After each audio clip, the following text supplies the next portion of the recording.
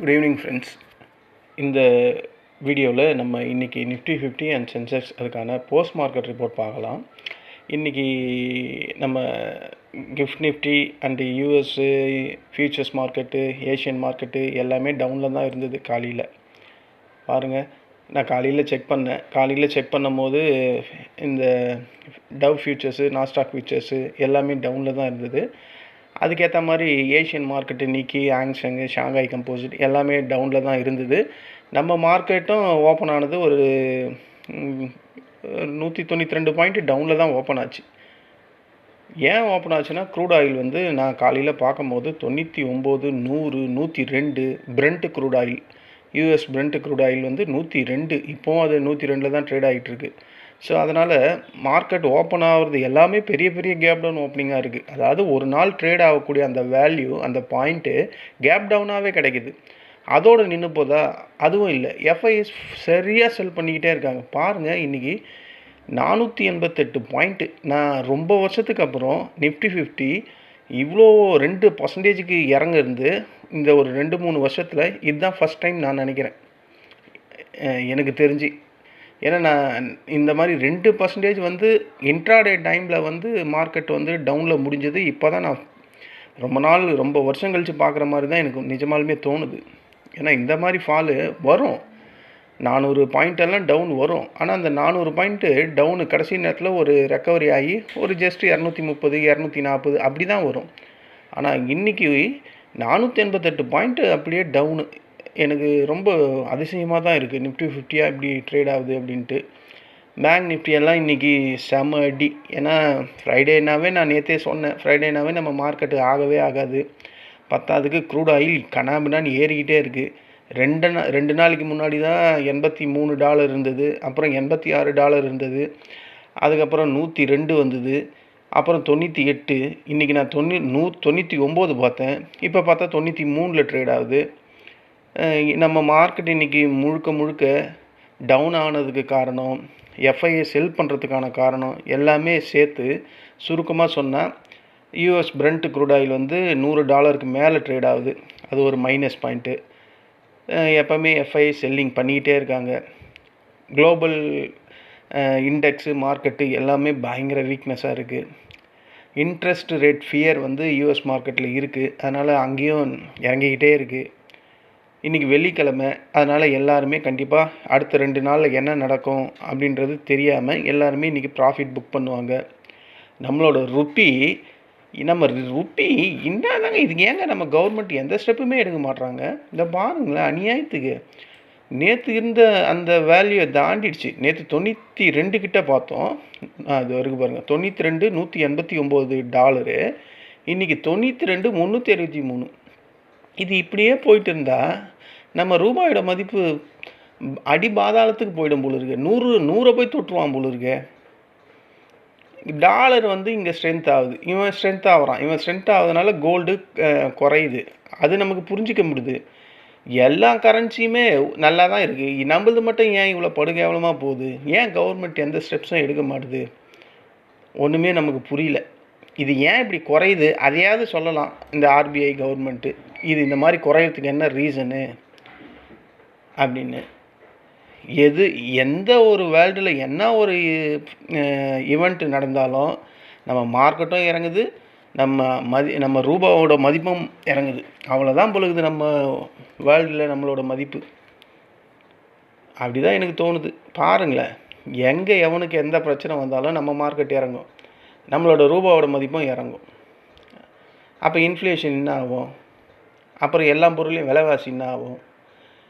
அடுத்தடுத்த கொஸ்டின் கேட்டால் அவ்வளோதான் மார்க்கெட்டு. அப்போ இன்வெஸ்ட்மெண்ட் பண்ணி வச்சுருங்க நிலமெல்லாம் தலையில் ஒரு பெரிய துண்டு தான் போட்டுக்கிட்டு சுற்றணும். ரொம்ப டிஃபிகல்ட்டாக இருக்குது நம்ம மார்க்கெட்டு. எப்படி தான் இது மேலே வரும்னே தெரியல. அப்போ முழுக்க எதை நம்பிக்கிட்டு இருப்போம்? இந்த அமெரிக்காவை தான் நம்பிக்கிட்டு இருப்போம். அவன் ஏறனா நம்ம ஏறுவோம். இப்போ அவன் ட்ரேட் ஆகிறது 200 பாயிண்ட் ப்ளஸ்ஸுக்கு 191 பாயிண்ட் ப்ளஸ்ஸு. நம்ம மார்க்கெட் முடியும் போது இவனை பார்த்தேன், இவன் மைனஸில் இருந்தான். ஏன்னா க்ரூட் ஆயில் வந்து இப்போ குறைஞ்சிருக்குல்ல. நான் பார்க்கும்போது $98 இருந்தது, இப்போ 93 இருக்குது. நாஸ்டாக் பாருங்கள், அவனும் மைனஸ்லேருந்து ப்ளஸுக்கு வந்திருக்கான். அப்படின்னா அவன் டேக்ஸுன்னு தானே வந்திருக்கணும். பார்ப்போம். டேக்ஸை பார்த்தா டேக்ஸும் குறைஞ்சிருக்கான். ஓகே, அப்படின்னா அந்த க்ரூட் ஆயிலோட வேல்யூ குறையுது. அதனால் எல்லா மார்க்கெட்டும் ரெக்கவரி ஆகுது. எங்கே க்ரூட் ஆயில் இதோ இருக்குது. பார்த்தீங்களா, $98 இருந்து, அதான் நான் 100 பார்த்தேன். இப்போது ஒரு $7 கிட்ட குறைஞ்சிருக்கு. அதனால தான் மார்க்கெட்டில் ஒரு ரெக்கவரி. அதனால தான் யூஎஸ் மார்க்கெட்டு, யூஎஸ் ஃபியூச்சர்ஸ் எல்லாம் ஒரு பாசிட்டிவில் வந்திருக்கு. அது என்னத்த பாசிட்டிவு, அதெல்லாம் ஒன்றுமே கிடையாது. அவங்க மார்க்கெட் ட்ரேட் ஆனவுடனே மறுபடியும் எல்லாம் கீழே தான் விழ போகிறானுங்க. அவங்களோட மார்க்கெட் பார்த்தா எப்படி இருக்குது பாருங்கள். ஒரு கேப் டவுன் ஓப்பனிங் நேற்று, அங்கேருந்து ஃபுல்லாக ஃபால் தான் ஆயிருக்கு இந்த நாஸ்டாக் கம்போசிட்டு. இது இன்னமும் கீழே வரும். இந்த சப்போர்ட்டை வந்து கண்டிப்பாக தொட தான் போகிறான். 21,786. இவன் டவ் ஜோன்ஸு, இவன் நான் சொன்ன அந்த சப்போர்ட்டையே உடச்சிட்டான். இதோடு அவனுக்கு இருக்கிற சப்போர்ட்டு இங்கே தான் இருக்குது. ஸ்ட்ராங்கான சப்போர்ட்டு இது வரணும். இது வரையும் அவன் கீழே வர்றதுக்கு வாய்ப்பு இருக்குது. ஸோ அகைன் வந்து யூஎஸ் மார்க்கெட் எல்லாம் ஒரு ஏற்றம் வந்துட்டு அப்புறம் டவுன் ஆகும் அப்படின்ற மாதிரி எனக்கு தோணுது. அதாவது இந்த க்ரூட் ஆயில் குறைஞ்சதுனால ஒரு பாசிட்டிவ் ஓப்பனிங் இருக்கும். ஒரு 8 மணி, 8, 9, 10 க்ளோசிங் டைமில் கண்டிப்பாக பழையபடி டவுனில் முடிப்பாங்களோ அப்படின்ற மாதிரி தான் எனக்கு தோணுது. சரி பார்ப்போம். எது இருந்தாலும் நமக்கு மண்டே தான் இதோட மார்க்கெட்டு. இவனுங்க எப்படி முடிஞ்சால் நமக்கு என்ன, ஒரு வேளை பாசிட்டிவில் முடிஞ்சால் நமக்கு மண்டே ஒரு கேப் அப் கிடைக்கும். அவங்க நெகட்டிவில் முடிஞ்சால் அகைன் நமக்கு ஒரு நெகட்டிவ் ஓப்பனிங். பாருங்களேன், எத்தனை ஓப்பன் ஆகுது எல்லாமே, எத்தனை டவுன் ஓப்பனிங் பாருங்களேன். இங்கே ஒன்று, இங்கே ஒன்று, இங்கே ஒன்று, இங்கே ஒன்று, 4 நாள் கண்டினியூஸாக டவுன்லேயே ஓப்பன் ஆகிட்டு இருக்குதுங்க மார்க்கெட்டு. சே இப்படி இருந்தால் வாங்கி வச்சுருக்க கால் சைடில் வாங்கி வச்சவங்க நிலமை என்ன? நேக்கடாக வாங்கி வச்சாங்கன்னா அவங்க நேக்கடாகவே போயிட வேண்டியது தான் மார்க்கெட்டை விட்டு. 200 பாயிண்ட் டவுன் ஆகுது ஒவ்வொரு நாளும். இந்த மாதிரிலாம் இறங்குச்சுன்னா கஷ்டங்க, மார்க்கெட்டில் சர்வே பண்ணவே முடியாது. ஆனால் உங்களை யார் ஓவர் நைட் பொசிஷன் வாங்க சொல்கிறா? அதுதான் அங்கே இருக்குது. மார்க்கெட்டில் என்ன நடக்குன்னே தெரியல. அதுவும் நேக்கடாக போய் கால் சைடில் வாங்கி வச்சுருந்தீங்கன்னா கண்டிப்பாக பெரிய லெவல் லாஸஸ் தான் வரும். சரி, நம்ம இன்றைக்கி போஸ்ட் மார்க்கெட்டில் நாங்கள் என்ன பண்ணோம், பர்டிகுலராக நான் என்ன பண்ணேன்னு கேட்டேன். இன்றைக்கி 7 ட்ரேடு தான் பண்ணேன். 7 ட்ரேடில் 1 லாஸு, மீதி 6மே நல்லா ஃபஸ்ட் கிளாஸாக முடிஞ்சுது. 7 இல்லை 8 தான் பண்ணோம். 8 ட்ரேட் பண்ணோம், 1 லாஸு, மீதி 7 ட்ரேடுமே நல்லா முடிஞ்சுது. நான் $4,870, $4,900 பிடிச்சேன். ப்ரோக்கரேஜ் அது இதெல்லாம் போனால் எப்படியும் ஒரு $3,800, $3,900 வரும். நேற்று தான் கம்மியாக இருந்தது. நேற்று ஏன்னா மார்க்கெட்டு இந்த 11:30 மணிக்கு மேலே ஒரு சைடு மார்க்கெட், அதனால் நாங்கள் ஈஸியாக ப்ராஃபிட் பண்ண முடிஞ்சது. இங்கேருந்து பாருங்கள், 10 மணிலேருந்து 1.25 மணி நேரம் அப்படியே இந்த பியோனோவில் கீபோர்டு இருக்குமே அந்த மாதிரி இருக்குது பாருங்கள் லைனாக. இதில் என்னத்தை ட்ரேட் பண்ணுறது?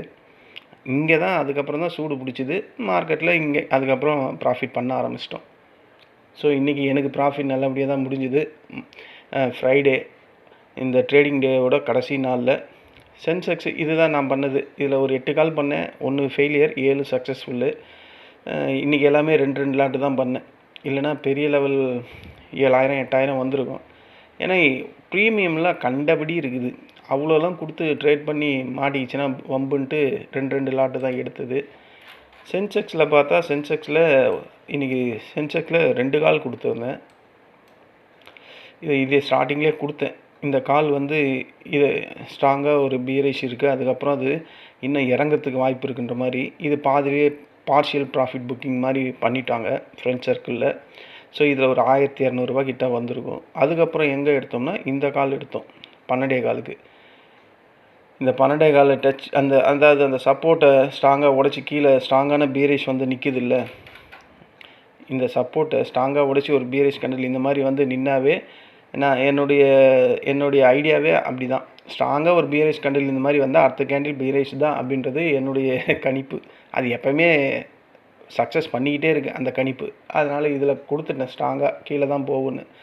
இதில் அவங்க பிடிச்சிட்டாங்க $2,000. ஸோ இன்றைக்கி ஒரு $3,300 $400 சென்செக்ஸில் என் ஃப்ரெண்ட் சர்க்கிளில் பிடிச்சாச்சு. அவ்வளோதான். இன்றைக்கி சென்செக்ஸில் 2 கால் 2மே சக்ஸஸ்ஃபுல் ட்ரேடிங். முடிஞ்சுது. இதுதான் இதில் போஸ்ட் மார்க்கெட் ரிப்போர்ட்டு. நிஃப்டி 50ல் நான் ஆல்ரெடி சொல்லிட்டேன். இதுதான் இன்றைக்கான நிஃப்டி 50 அண்ட் சென்செக்ஸ்க்கான போஸ்ட் மார்க்கெட் ரிப்போர்ட். மார்க்கெட் ஏன் இறங்குச்சு நான் ஆல்ரெடி சொல்லிட்டேன்.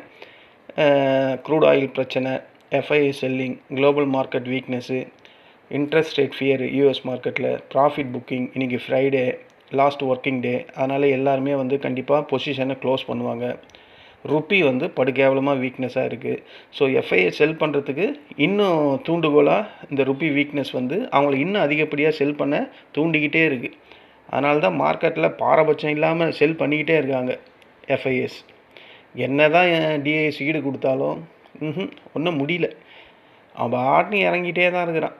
நான் சொன்ன மாதிரி இந்த கடைசி 22,450 இதுதான் கடைசி கேப்புன்னு நான் சொல்லியிருக்கேன். அந்த கேப் வரையும் மார்க்கெட் தொட்டுட்டு அதுக்கப்புறம் மார்க்கெட் மேலே போகும் அப்படின்ற மாதிரி எனக்கு தோணுது. இன்னும் எவ்வளோ இருக்குது மார்க்கெட்டில்? இதில் ஒரு 600 பாயிண்ட்டு, அதில் இன்னும் ஒரு 650-700 பாயிண்ட்டு தான் இருக்குது. இவன் டெய்லியும் ஒரு 200 பாயிண்ட் டவுன் ஆகிட்டு அதுக்கப்புறம் ஒரு 200 பாயிண்ட் இறங்கினானே 2 நாளில் முடிச்சிருவானுங்க இந்த கேப் ஃபில்லிங்கை. அதுக்கப்புறம் மார்க்கெட்டில் கண்டிப்பாக ஒரு புல்லிஷ்னஸ் இருக்கும்.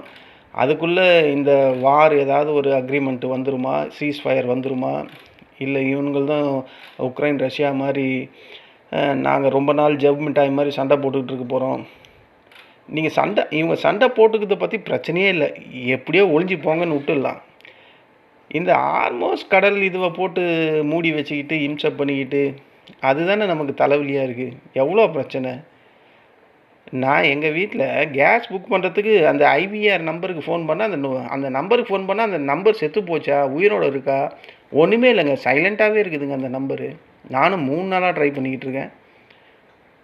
ஆனால் அங்கங்கே பேப்பர்லலாம் வருது கேஸ் தட்டுப்பாட்டே இல்லைன்னு. தட்டுப்பாடு இல்லை, அந்த நம்பரே முதல்ல போக மாட்டுது. நம்பருக்கே தட்டுப்பாடாக இருக்குது, அப்புறம் எங்கே கேஸு கிடைக்கிறது? என்னமோ தெரில. நான் 3 நாளாக இன்றைக்கி கூட ட்ரை பண்ணேன். இப்போ இந்த வீடியோ ரெக்கார்ட் பண்ணுறதுக்கு முன்னாடி கூட அந்த ஐவிஆர் நம்பரை ட்ரை பண்ணுறேன். பாரத் கேஸுக்கு இங்கே டிஸ்ட்ரிபியூட்டர் நம்பருக்கு போகவே மாட்டுது. அப்படியே நான் கால் பண்ணால் அந்த நம்பர் அப்படியே சைலண்ட்டாகவே இருக்குது. அந்த பக்கத்து ஒரு ரெஸ்பான்ஸும் இல்லை. கால் போதா போகலையா, இல்லை ஏதாவது அவுட் ஆஃப் கண்ட்ரோலில் அவுட் ஆஃப் ஆர்டரில் இருக்கா, ஒன்றும் தெரில. 3 நாளாக ட்ரை பண்ணிக்கிட்டு இருக்கேன். இந்த வாட்டி ஊதிடுவாங்க பொழுது கேஸு எங்கள் வீட்டில். நான் தான் சுற்றணும் ஒவ்வொரு கேஸ் ஏஜென்சிக்கா. ஏன்னா அந்த பேர்டன் என் தலையில் தான் வந்து விழும். அதனால் எனக்கு பயமாக இருக்குது. அதுக்குள்ளே ஏதாவது இந்த கேஸ் தட்டுப்பாடு நிஜமாலுமே தட்டுப்பாடாக இருந்தால் இந்த கவர்மெண்ட் ஏதாவது பண்ணால் நல்லா தான் இருக்கும். தட்டுப்பாடு இல்லைன்னா ஏங்க ஐவிஆர் ஃபோன் நம்பரெல்லாம் போகவே மாட்டுது. பாதிக்கப்பட்டோம். நான் நேரடியாகவே பாதிக்கப்பட்டிருக்கேன். எங்கள் வீட்டில் கேஸ் இல்லை. நான் அந்த ஐவிஆர் பாரத் கேஸுக்கு ஐவிஆர் இதுக்கு ஃபோன் பண்ணேன், அந்த ஃபோன் போகவே மாட்டுது. சரி, ஒரு நம்பர் போகல, 2வது நம்பருக்கு பண்ணுறேன், அதுலேயும் போகல. சரி, வாட்ஸ்அப்பில் பண்ணலான்னு பார்த்தேன், அதுலேயும் போகல. அப்போ பார்த்துங்க இந்த எல்பிஜியோட டிமாண்ட் எப்படி இருக்குன்ட்டு. ஆனால் நான் இன்றைக்கி பேப்பரில் இப்போ என் பொண்ணை ஸ்கூல்லேருந்து கூப்பிட்டு வரும்போது பேப்பரில் போட்டிருக்கேன், கேஸுக்கு எந்த ஒரு தட்டுப்பாடும் இல்லை, நார்மலாக தான் கிடைக்கிது. பெட்ரோல் டீசல் பற்றி எனக்கு கவலையே இல்லை. நான் சைக்கிளில் கூட போயிட்டு வந்துடுவேன். சமையல் செய்யணுமே, கேஸ் வேணுமே. இந்த மாதிரி இருக்குது.